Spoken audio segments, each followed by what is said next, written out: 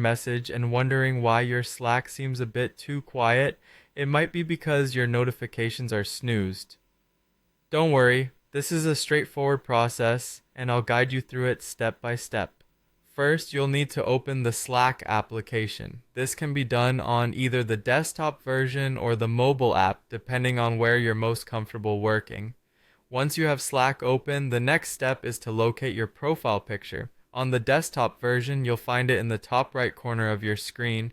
If you're using the mobile app, it's placed at the bottom right. Go ahead and click on your profile picture.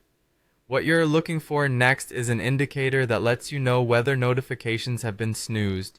Keep an eye out for a bell icon with the letters ZZZ.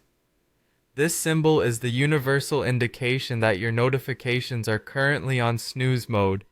It's like Slack's way of telling you that it's being nice and quiet for the time being.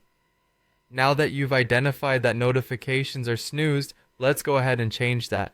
Right next to the bell icon, there's an option that says Turn Off Snooze. By selecting this, you're instructing Slack to reinitiate your notifications. Once you click it, notifications will start flowing in again immediately, so you can return to the regular stream of updates and messages. It's important to remember that unsnoozing will return notification activity to its normal state. If you find yourself in situations where quiet is required once more, snooze can always be enabled again whenever needed. Being able to toggle these notifications is a powerful feature, ensuring that you maintain control over when and how you're alerted.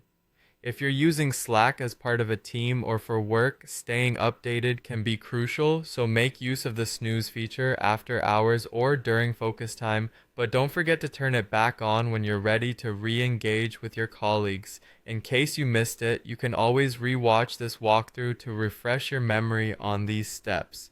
Thank you for watching, and I hope you found this guide easy to follow and informative. If you have any more questions or need further assistance, don't hesitate to explore more guides or videos. Until next time, enjoy your rejuvenated Slack notifications.